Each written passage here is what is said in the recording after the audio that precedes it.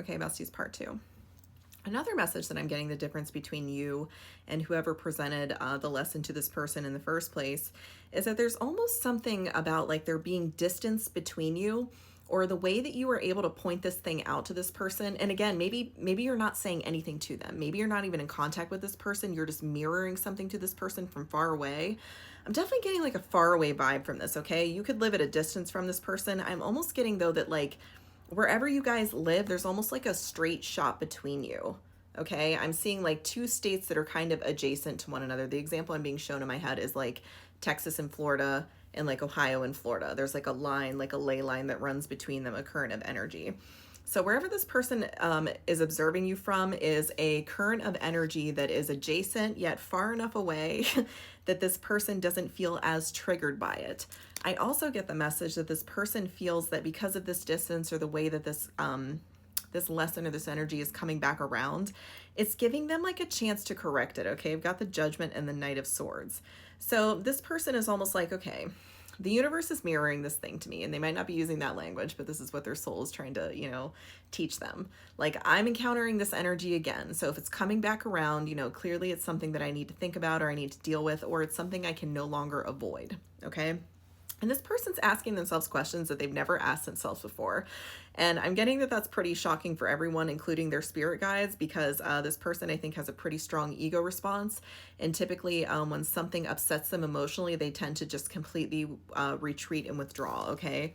There is a black moon on this card. So I'm getting that's this person's energy. Like their moon energy, their water energy is very much in the RX. When the moon is full, it's supposed to be white. It's supposed to be luminous. But this person, when they feel full or emotional, they just kind of clam up. Okay, they just close up. They just like go back in their little clamshell, and they're like, nope, not dealing with that. Get out of here. Like you're making me feel things. You're upsetting the apple cart. Like I'm not gonna engage with that. But for whatever reason, this person is they're a little defensive, but they almost have this energy of like, if they can move through it quickly enough, it will be less painful. I'm seeing the energy of someone being asked to walk across like hot coals, and they think if they just run, that it won't be as bad.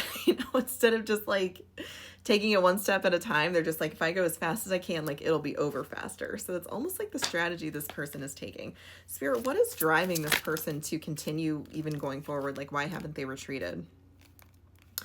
Okay, whatever is happening right now is really almost like causing ego death energy is what I'm getting. Like this person is having a realization about themselves. They're seeing a whole new side of themselves that they never saw before, that nobody ever mirrored in a way that was like less triggering enough that they could actually engage with it. So whatever it is, however it is you're getting to this person, Spirit has engineered this lesson to make sure that like everyone's getting exactly what they need here. You're getting your Halomi, and this person is having a much needed ego death, a much needed realization.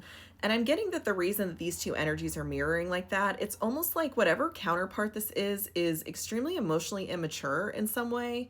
And because of that, they themselves are not eligible to provide your Halomi, okay? Like, I think ideally in most situations, the outward manifestation of a twin flames Halomi would be to, their outward vessel would be their masculine, their, like earth masculine.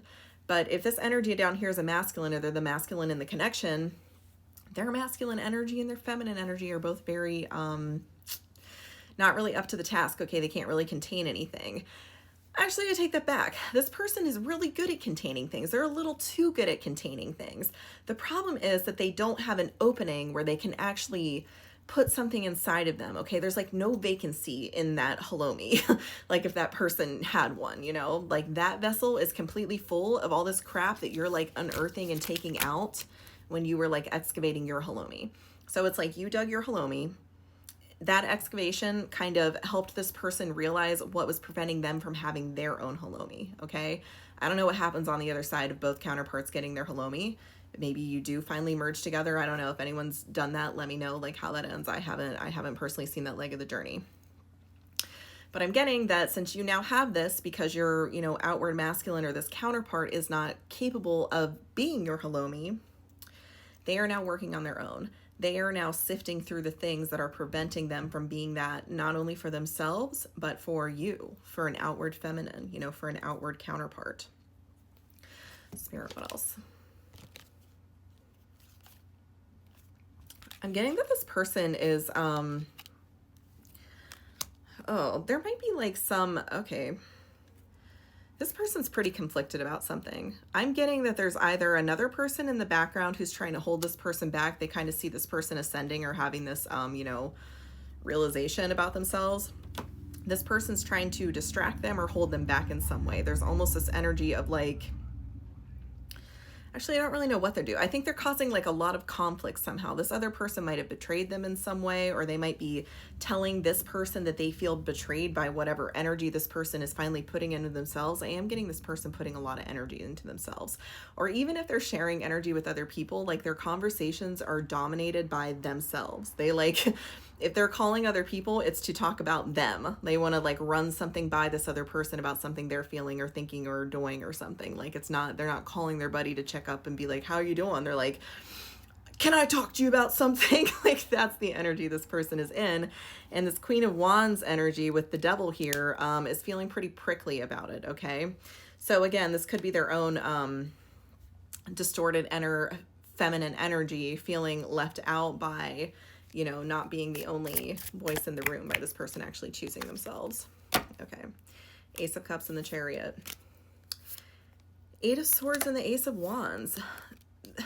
I'm getting this person is learning how to alchemize through this process, okay? Kind of the purpose or the lesson in this outward, like Queen of Wands energy, this opposition.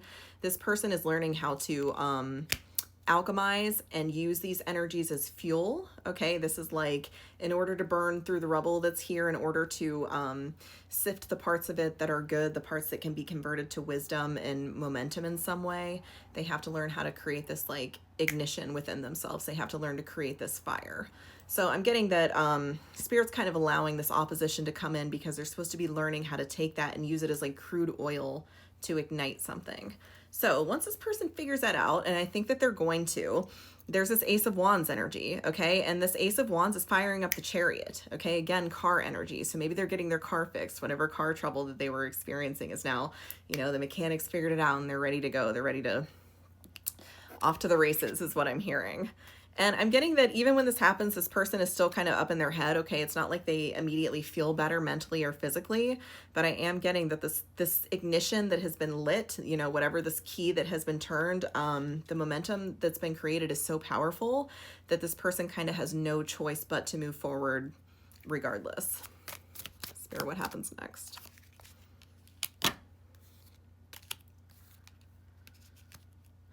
Okay.